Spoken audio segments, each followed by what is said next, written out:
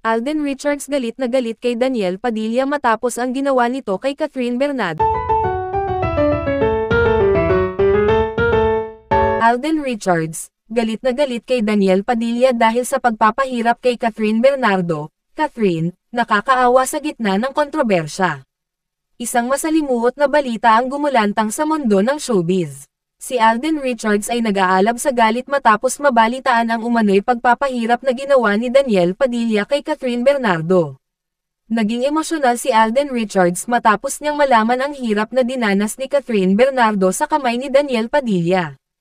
Ang isyong ito ay mabilis na naging viral at nagdulot ng pagkadismaya sa mga netizens. Sa isang hindi inaasahang tagpo, tahasang inihayag ni Alden Richards ang kanyang pagkadismaya at galit kay Daniel Padilla. Hindi ko matatanggap ang ginawa niya kay Catherine. Walang sino man ang may karapatang saktan siya, lalo na't mahal ko siya.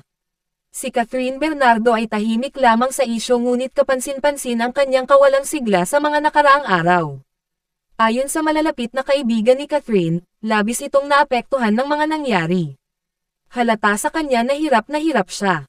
Paulit-ulit niyang sinasabi na gusto na niyang matapos ang lahat ng ito. Sa kabila ng mga paratang, nanatiling tahimik si Daniel Padilla. Ngunit si Alden ay hindi na napigilan ang kanyang galit. Kung kaya niyang saktan si Catherine, kaya ko siyang harapin. Huwag niyang iisipin na makakalusot siya. Ang publiko ay nababahala sa sitwasyon ni Catherine Bernardo na tila nawawala sa kanyang dating sigla. Ang sakit makita si Catherine na ganito. She doesn't deserve any of this. Alden, salamat at nandyan ka para kay Catherine. Sana protektahan mo siya. Sa isang pagkakataon, hinarap ni Alden si Daniel upang ipaglaban si Catherine. Daniel, ano man ang problema niyo ni Catherine, hindi mo dapat siya sinaktan. Karuwagan ang ginawa mo. Ngunit tumanggi si Daniel na magsalita tungkol sa mga paratang. Wala akong sasabihin. Alam ko ang totoo, at iyon ang mahalaga. Si Catherine, sa kabila ng lahat, ay naglabas ng pahayag upang tapusin ang isyu.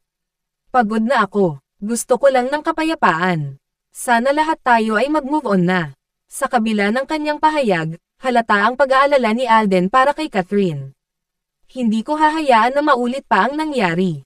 Catherine, andito ako para sa'yo. Ang isyong ito ay patuloy na pinag-uusapan sa social media, at ang mga fans ay hati ang opinyon. Daniel, magpakatoto ka. Kung may kasalanan ka, harapin mo. Alden, salamat sa pagiging mabuting tao para kay Catherine. Deserve niya ang pagmamahal mo. Ayon sa mga insiders, si Alden Richards ay nagpaplano na magsampa ng legal na aksyon laban kay Daniel Padilla.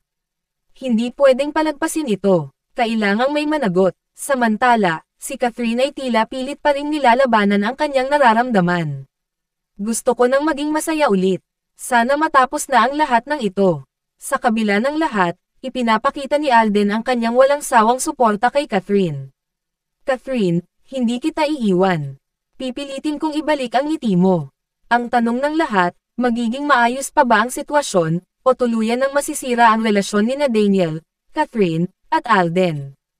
Ang isyong ito ay isang paalala kung gaano kahalaga ang respeto at pagmamahal sa bawat relasyon. Patuloy nating tututukan ang kwento ng tatlong ito at ang magiging resulta ng tensyon sa pagitan ni Alden Richards at Daniel Padilla. Sana ay mahanap na ni Catherine Bernardo ang katahimikan at kasiyahang hinahanap niya.